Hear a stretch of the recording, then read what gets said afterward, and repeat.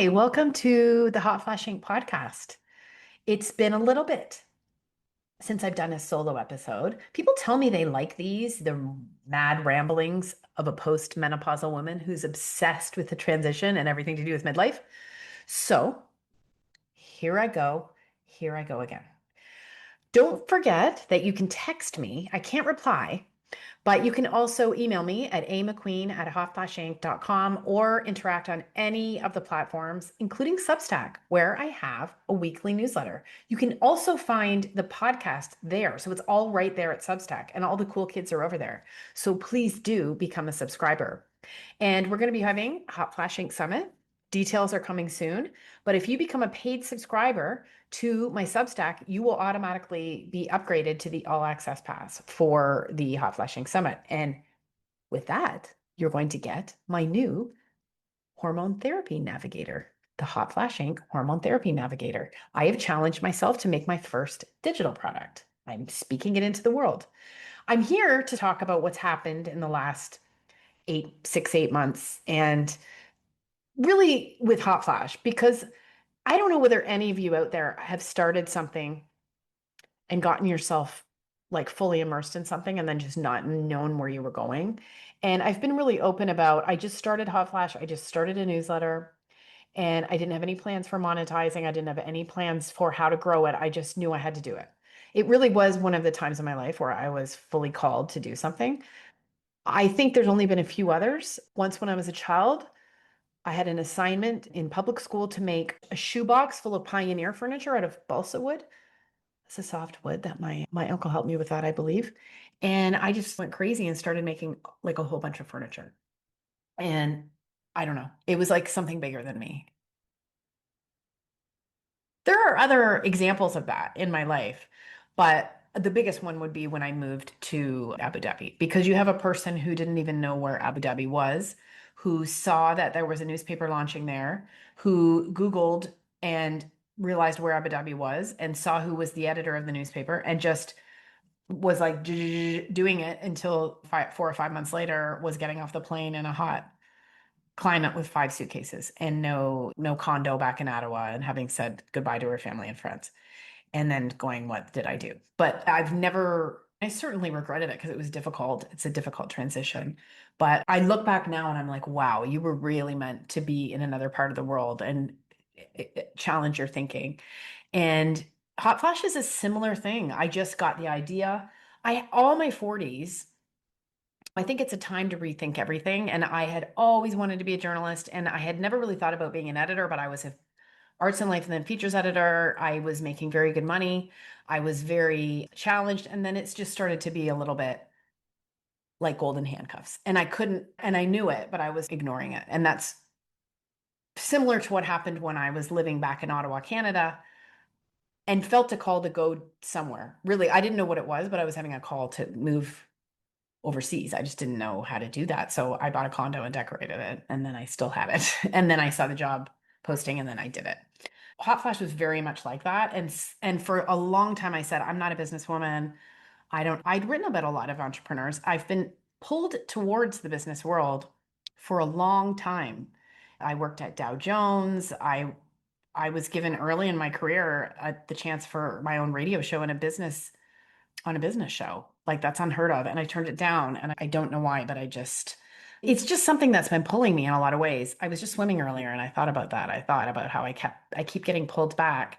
And I am actually pretty comfortable with the idea now. And I've stopped saying, oh, I'm not a businesswoman. I'm not an entrepreneur, because I think a lot of this has to do with common sense and it's a huge growth experience. So I launched this when I was really in the throes of perimenopause at 49 and had no idea how tumultuous it would become until I finally went through menopause. And then even at 53, and then even now at 55, it's just calming down. But I just put my head down, did the newsletter, and then Heidi Rock is awesome from the company that's not around anymore, Become Cooling Clothing, offered to sponsor a podcast if I started a podcast. So I did. And then it became a lot. And I've always worked. That's the thing, is I've always had full-time work, whether I was freelancing full-time or now I'm working on a project in Abu Dhabi doing content for a museum that's opening. It's just something that I haven't quite felt like I could do this full time. After my father died in 2024, which I've talked about a lot, my last conversation with my father, I told him that I had gone viral on TikTok and had done a video. The video was about anticholinergic medications and the links to dementia that were really rising to the mainstream. People were starting to figure it out. And I got 2 million people. It was wild going viral. I think I've talked about it on here before. And one of the last things he said to me was, "What are you going to do to capitalize on that?" And he was a businessman. And I started saying this, that, and the other thing. And I know I've talked about this before. You know that feeling when you start talking and you're like, I know I've said this to these people before. Anyway, a year later, after I lost my dad, and you really do have to give yourself a year when you have a loss like that, it is a crater. And even if you had a tough relationship with your parents, as most of us have had a complicated relationship, and my dad and I did too, but it's devastating to lose them. There's nothing to hang on to, especially if you're serious, not especially, but there's a special challenge that comes with losing your second parent because you really are alone. You really are an adult. So a year after that, I'm like, I gotta get my shit together with this hot flash. We're coming up to we're coming up to 5 years of this.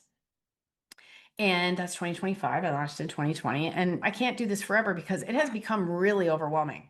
It has become really quite something for me. I work on it all the time. I am obsessed, but there's just a lot to do. And I feel like I'm not doing it right. And I feel like I'm not getting it out there. And through happenstance, I happened to find this woman in Calgary who runs a company who helps people like me figure out how to make money. And we had some conversations. And then I decided to invest some money, which I'd always been loath to do. I've made some money in Hotflash, but nothing that you could support yourself on, I would say, or that I want to support myself on. And so after overcoming a lot of resistance, I was working on my money fears at the same time, something that I've really been working on. I decided to hire them and we enacted a plan. And one of the things I was going to do was write a book called Perimenopause Game Plan and self-publish it. And Andrea was going to help me do that. Andrea's the woman with the company. It's called Legacy Creative, and she's the founder. And I announced it on Substack, and I wrote the first installment, and I was gearing up to do it. I'm still working full time. And then we were going to do, which we are, the Hot Flashing Summit. And after that, I'm going to teach a course called Perimenopause Game Plan. Around that time, I'm a little fuzzy on the time, but I was contacted by an acquisitions editor in New York who had followed Hotflash Inc. and said, I'd like you to do a menopause journal. And so I met with her and she was really nice. And I said, this is a cool idea. I'm actually writing a book already. And then she said, oh, if you're writing that book, maybe you could pitch it to us. And so that's what I did. And what ended up happening was that I wanted to write a book about perimenopause and about the whole transition, not just what, doctors on social media say about estrogen, but about all of the different modalities and practitioners that are helping women through this and how different they are. And what came back from this woman was there isn't enough of a market for perimenopause books. It needs to be on menopause. And I was like, are you sure? Because I know the big ones. I know the biggies. Mary Claire Haber's next book is on perimenopause. I think it's due out next spring, 2026.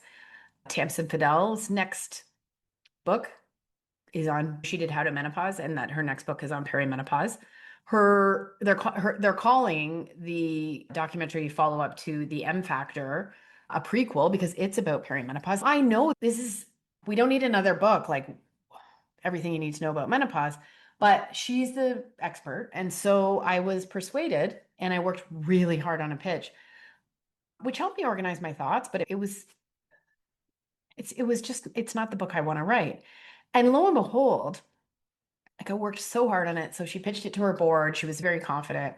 I told two people, oh, I have this possible book deal. I was really excited. Meanwhile, it seems everyone is getting a book deal. And God, I wanted to tell people that I had a book deal. I had fantasies about putting it on Facebook and just maybe all those people who didn't think I was legitimate. I don't know. It's a very respectable thing, getting a book deal. It's like whoa, yeah. So I didn't hear from her for a long time, and I actually reached out to her and said, progress? I did it in August. Any progress on that book deal? And she was like, oh, yeah, I've been really busy. And the board said no. And it was basically that the space was saturated. And I thought this was really hilarious because it's like we've gone from there's not enough of a market for perimenopause. You got to do menopause to the space is saturated. And I could say a whole bunch of things about that, but I got to say I agree. And it's like I'm less and less overriding my own inner knowing about things. And my inner knowing was that was wrong. That actually what is needed is a perimenopause book. Another one, Dr. Maritza Snyder is coming out with a book in October, The Perimenopause Revolution, all about mitochondria, which is so exciting. I'm not, that's all just the way it was supposed to be. I was a little disappointed when I heard, but I am in the fullness of time with a little bit of time. I'm glad I'm not writing a how to menopause book because I don't think I could get very excited about that. So I decided to create a navigational tool. I'm going to be selling that, but it's going to be introduced at the summit. The summit will be free, but there'll be a way to upgrade to get all the videos and keep them and get the hormone therapy tool, the navigator that I'm going to create, and to get a booklet that were of like top takeaways from all of the interviews, which will be really valuable. And then I'm going to do the summit, and then I'm going to teach a course called Perimenopause Game Plan. And it's going to have all of everything I've realized in the last 5 years. I'm going to pull it all together. And I really want people at the cusp or before perimenopause to take this course and walk through with me. I'll do it live and I want to create a community and have another space where women can come together. I want us to stay in touch. I have an idea about pairing people with menopause mentors. I just took that on. I'm going to do something where you have an AI buddy. We have a lot of big ideas, whether it all come to fruition with my full-time job is another story. But it's weird because I decided when I did the perimenopause game plan, I decided I was going to do, I announced it to my Substack, 5,000 people, and then I just didn't write it. And I feel like I have to explain this because things change, but I'm also like a rain man about the truth and what people said. And I know in my life, when someone says something and then they don't do it, it's like, but you said you were going to do that. And I know there's someone out there that remembers, and I don't want to be not good and true to my word. So that's what's going on avec moi. And I think, what else do I want to say? There's so much that I want to say. But I want to say that I've been doing interviews all summer for the Hotflashing Summit. And I've spoken to people that I might not normally speak to. And I've sought out people from all across the spectrum. And I'm more convinced than ever that the mainstream narrative about menopause being something biological that can and should be fixed with hormone therapy immediately, including estrogen containing hormone therapy, and that this is the route to prevent aging and prevent disease is really narrow and is really confusing people. And women are going on hormone therapy and they don't understand how it works and they don't understand what they're taking. And I don't say that to say women are dummies. We're too busy. I just talked to a pharmacist and she said, no one understands the medication they're taking. That really scares me. That really scares me. And it's become like there's not a place where we can just talk about side effects because, man, there are a lot of side effects. And you might not even know their side effects. And you might go back to your doctor and they might up your hormone therapy dose. There's a whole area of sensitive women. Paula Rastrick is writing a book called Sensitive Women. She's a psychotherapist from the UK. She is in the summit. She's talking about her work. She's talking about how there needs to be trauma-informed hormone therapy prescription. But what there really needs to be is an acknowledgement that there are so many ways to go through this, and that the solution that's being presented, the hormone therapy solution that's being presented, which is as a one size fits all, you get the patch, you get the progesterone, and you're good to go, it's not bearing out in reality. And we all know of the women that are, yeah, it's changed my life. And I have friends that has done that. And that is why I will never argue against it.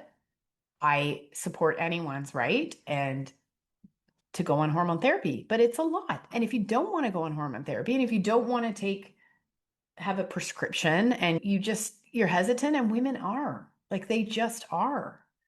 I interviewed someone who's speaking for women of color and talked about how Black women are just suspicious of medicine because they've been treated so badly.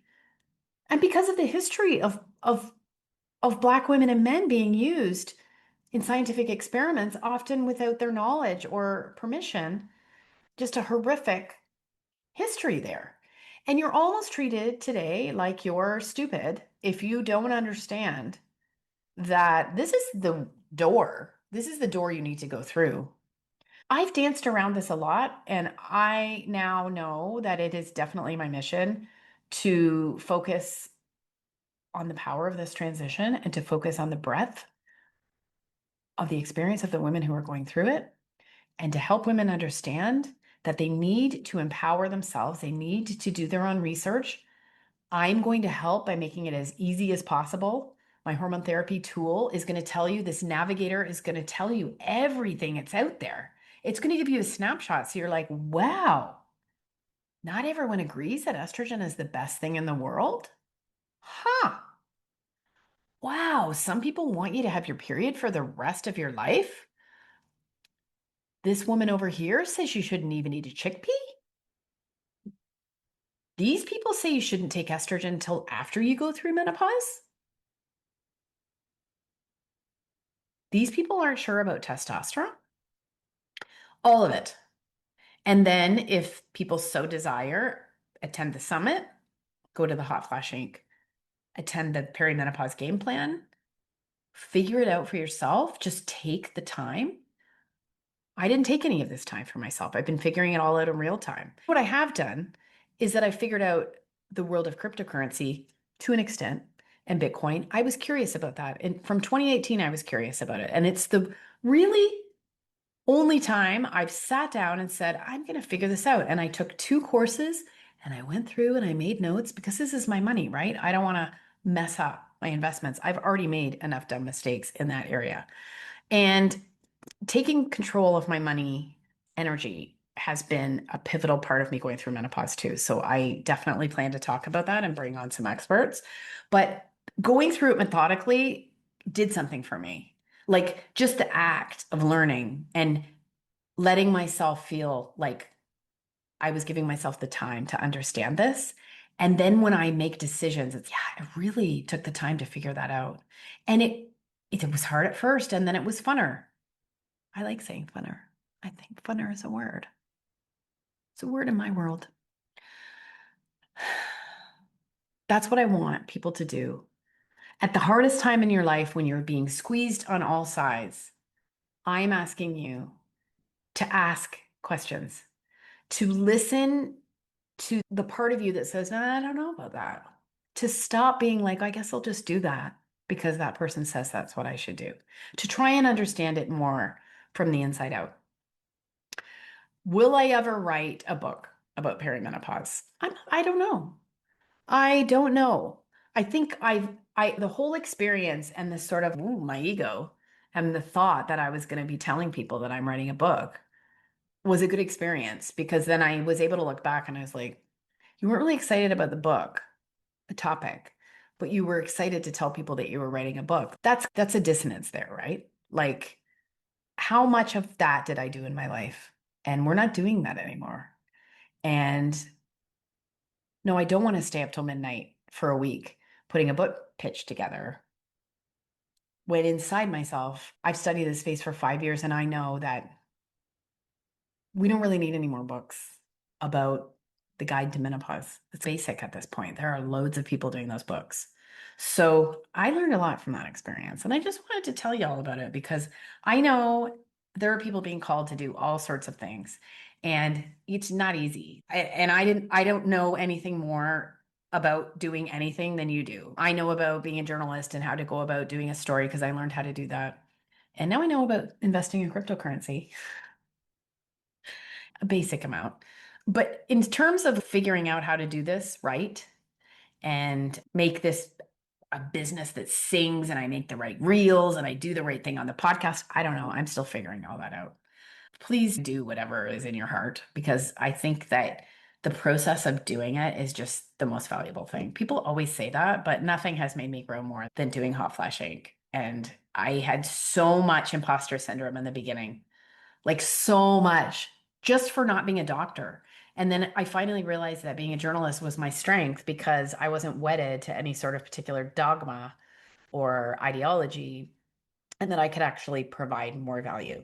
And then the next hurdle was actually selling things. It was really hard for me to charge for my Substack membership. That was like a huge thing. And then I just felt like I can't. I see all these people selling, like, God, they're selling PDFs. It's like they're selling things I could put together probably in my sleep. And I'm perseverating over doing it for the first time. And I was on a podcast with two really cool women, and they were both business women. And I asked them for advice about it. And they said, you're really doing a disservice if you're not offering something to the people who like what you do. And I thought that was pretty cool. I really am, because I'm not giving you a full bunch of information. I've I can give, I've got a pretty big bird's eye view, and I don't mean it in a superior way. I just mean I'm pretty objective. I'm not wedded to anything. There's a few things that I'm like, no. But there's a few people that I am not going to be sharing with you. But that was a really nice photo confidence that they gave me. And I just, going through menopause and getting older is amazing. And yes, sometimes I look at my modeled skin, and sometimes I look at my face and my Marian outlines, and I think, oh, but mostly it's just feeling pretty stable. And it just keeps, I keep learning and spotting new things about myself. And I really feel that it's a bit like when you have a toddler around and you just keep seeing new things that they're doing every day. That's what it feels like now that I'm moving through and out of menopause. I'll do another episode talking about that, but I just wanted to, hey, this is an update. This is where we're at. This is where we are at. We've also got 3 cookbooks coming out. There are so many books coming out, but I wanted to say that the cool thing is engaging with people here who then go on to do great things. Jen Sullivan Huber, who has been on the podcast, go back and search out her episode. She gave a great tip about increasing your energy demand to ward off the insulin resistance that can dog us at this time. She has written a book called The Menopause Feast. I could highly recommend that book. Mariella Frostrop, who is a journalist in the UK, broadcast journalist, she's got a book coming out called Menolicious. And Karen Newby, who's been on the podcast as well, definitely go back and listen to her. She's come out with a like beautiful cookbook. I've read it. It's gorgeous. I'm going to make some of the recipes. And she's such a calm, cool person to talk to. But she had the Natural Menopause Method book a couple of years ago. She's a nutritionist. And now she's got the Natural Menopause Method cookbook. So 3 new menopause cookbooks. And I'm probably missing some. This is not an exhaustive list. But let's get cooking. Another thing I've noticed since I've gone through menopause, my zest for cooking was lost, and it is returning. I have made some lovely things. So that's a really nice thing that's adding a lot to my life. So if you've lost the zest to cook, and I never had a family, so I don't know how you've been doing it. I really don't. If you've been cooking all this time, I say this to my bestie all the time. I don't know how you've done it, and you keep doing it. But if you've lost your verve for cooking, just let it ride. It'll come back. Just hang in there. Thanks for tuning in. Don't forget to text me. Don't forget to like and share this podcast and leave a comment for me or reach out to me on, I don't want to sound needy, but I love to hear from you. I really do. Thank you for being here.